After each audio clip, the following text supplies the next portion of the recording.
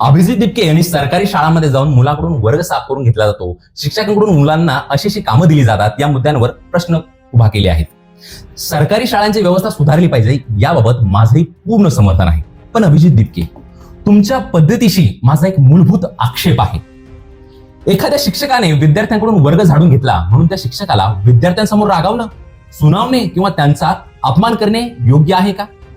कारण अभिजित दिपके, त्या शिक्षकांसमोर बसलेली जी मुलं आहेत ना, ते त्यांच्याकडे आदराने पाहतात। तो शिक्षक त्या मुलांना शिकवतो, त्यांच्या अडचणी समजून घेतो आणि उपलब्ध परिस्थितीत शाळा चालवण्याचा प्रयत्न करतो। पण मग प्रश्न शिक्षकाला विद्यार्थ्यांसमोर अपमानित करण्याचा नाहीच आहे। सरकारने सफाई कर्मचारी दिला आहे का? तो कर्मचारी नियमित येतो का? शाळेला आवश्यक निधी मिळतो का? शिक्षकांना त्यांच्या कामाव्यतिरिक्त कोणकोणती कामं दिली जातात, हा प्रश्न सरकारला विचारला पाहिजे। आणि अभिजित दिपके, एक गोष्ट लक्षात ठेवा, तुम्ही अमेरिकेत शिकला असाल एखाद्या वेळेस, वर्ग झाडणे हे स्वतःमध्ये कमीपणाचं काम नाही।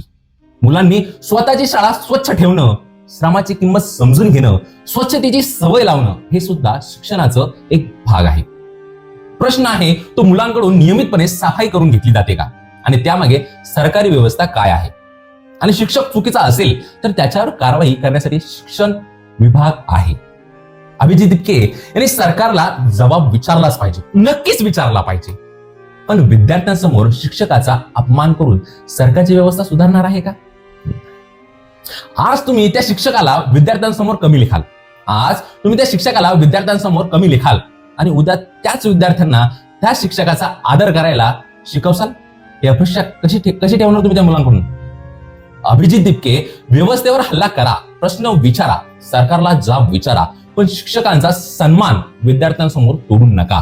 कारण शिक्षक हा सुद्धा या व्यवस्थेचा एक भाग आहे, तो संपूर्ण व्यवस्थेचा मालक नाही। शाळा सुधारायची असेल तर शिक्षकांना कमी करून नाही, तर शिक्षकांना सोबत घेऊन सुधारूया।